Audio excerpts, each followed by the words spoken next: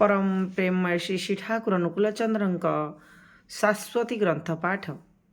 मोर कथागुड़िक जदि तुम केवल कथा और चिंतार खराक मात्र हुए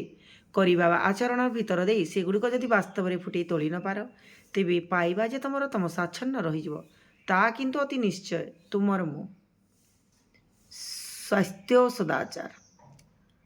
आघात अभिभूत बेदनारे भांगी पड़ा शंकित मन व्याधिर आकर आउ ता जेतेबेले बाह्यत तार अनुपूरक परिस्थिति पाए सेतेबेले फुटंत होई उठे ध्वंसर रूप धरी मृत्यु को डाके मन को उद्बुद्ध कर अनुरूपक व्यवस्था मध्य कर बाह्यत तार रक्षा पाइबा सहज होई उठिब। व्याधिर जनक हेला चिंता जननी हेला तत्परी पोषणी परिस्थिति जार भितर देई वैधानिक विकृति जन्मी थाए आउ निराकरण हेउछि परिस्थितिर सत्ता पोषणी विन्यास चित्त संघात अपसारिणी व्यवस्था भितरे देई फुल्ल उद्दीपना एवं वैधानिक विकृतिर निराकरण उपयोगी औषध उपथ्य शरीर किंतु तंतुदत्तरे ही व्याधिर आकार होई उठे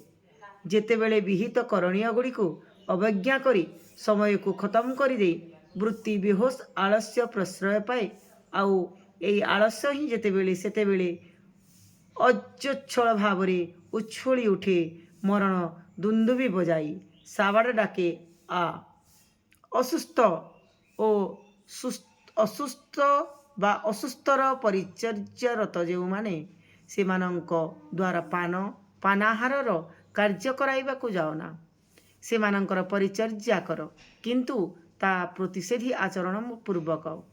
तद्वारा संक्रमणर हाथरू अनेक परिमाण रे रक्षा पाइब। निजे असुस्थ थाई जेते दूर पार सुस्थर सेवा करने जाओना मनीष आपणार किंतु रोग नुहे